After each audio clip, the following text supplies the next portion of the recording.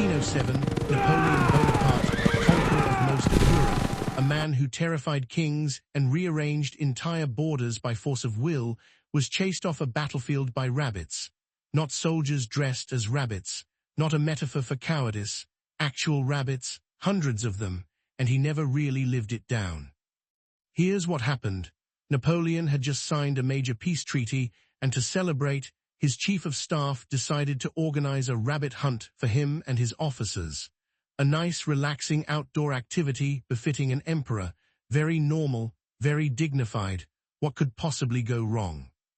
The chief of staff wanted to make sure the hunt actually had rabbits in it, because apparently nobody trusted the French countryside to produce enough wild ones on short notice.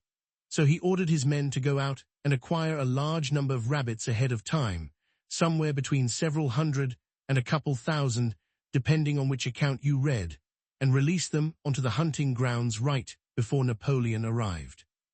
This is the part where everything goes wrong, and it goes wrong because of one small, catastrophic miscommunication. Instead of sourcing wild rabbits, which are naturally skittish and would have scattered into the woods like a proper hunt requires, his men bought farm rabbits, tame rabbits, rabbits that had spent their entire lives being fed by humans and associated the sight of a person with, specifically, dinner arriving. So Napoleon shows up, the hunt begins, and the rabbits are released.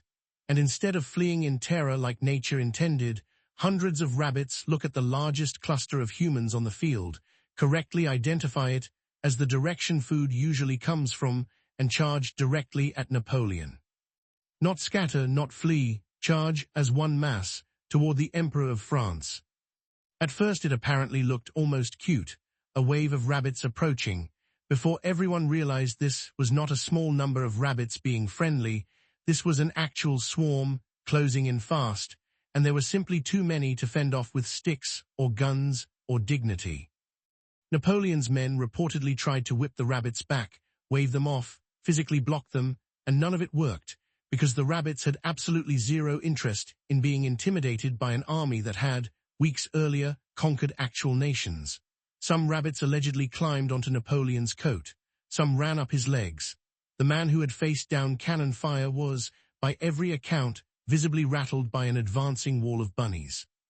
Eventually, the only solution left was retreat.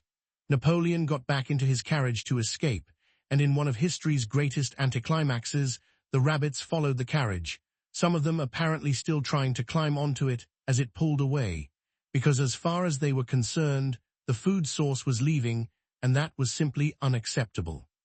So there it is.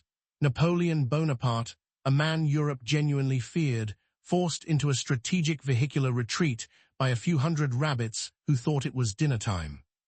Historians still bring this up centuries later, not because it changed the course of any war, but because it's just extremely funny that arguably one of the most intimidating military minds in history was, for one afternoon, completely undone by an animal best known for hopping and being kept as a child's pet.